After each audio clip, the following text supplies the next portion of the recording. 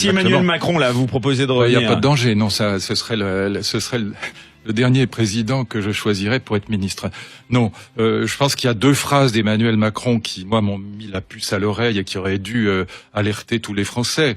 C'est la phrase sur la gare. Pourtant, il aime la philosophie, hein, Emmanuel Macron. Je ne sais pas.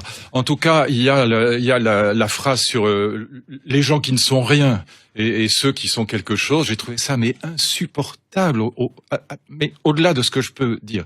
Je pense que cette phrase dit le fond de sa pensée. Et l'autre phrase que je ne supporte pas, c'est il suffit de traverser la rue pour trouver un emploi.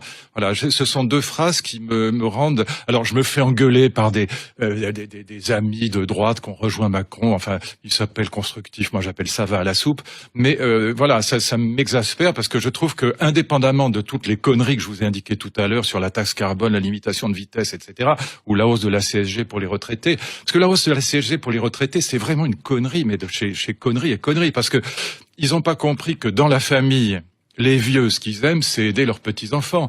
Et que si vous leur supprimez les 50 € qui leur manquent pour faire des cadeaux à Noël, mais ça les rend, ça casse la famille. Ils ne comprennent rien, ces gens-là. Ils comprennent rien à ce que c'est que la famille, ils comprennent rien à ce que c'est que la nation. Startup Nation, enfin, ça me rend fou. Voilà. Et donc là-dessus, moi, je suis totalement...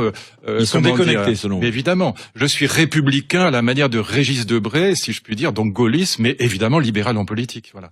Et donc, je pense que Macron, c'est un vrai libéral, y compris au niveau de l'État, et qu'il comprend absolument rien à ce qui se passe en France. On a mis un gamin à l'Élysée et on va le payer très cher parce que c'est pas un mauvais homme, c'est pas ça. Il est pas bête, mais il a absolument pas le sentiment de la France qui permet à un président de la République d'être président de manière légitime. Et ça, pour moi, c'est pas rattrapable. Pardonnez-moi, mais aujourd'hui, qui a le sentiment de la France personne, dans la classe politique? Aujourd'hui, le problème, c'est que personne ne semble être à la hauteur pour prendre le relais. Je suis entièrement d'accord, personne, et c'est évidemment pour ça que je continue à dire qu'on va vers un scénario à l'italienne.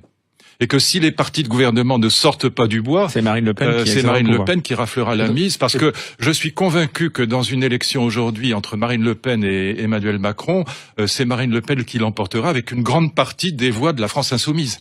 N'oubliez pas que le PC est à 2% aujourd'hui, qu'il était dans mon enfance, il était à 28%. Où sont passés les membres du PC? En grande partie chez Marine Le Pen. 53% d'ouvriers chez Marine Le Pen, 6% chez Mélenchon. Ça veut dire qu'il y a une faillite de tous les autres partis de gouvernement depuis 20 ans, 30 ans, sur aussi représenter les classes moyennes pauvres, les classes moyennes, et toute cette... Ce que je vous disais tout à l'heure, je le crois sincèrement, est vrai. Évidemment que j'y vais à la hache, mais historiquement, la gauche représentait quand même la classe d'avenir qui était le prolétariat. C'était quand même l'idée fondamentale, et pas les classes moyennes, pas les petits bourges. Et donc la droite représentait plutôt l'économie, c'est-à-dire malgré tout le capital. Et donc personne politiquement ne représentait les classes moyennes qui sont aujourd'hui dans la rue.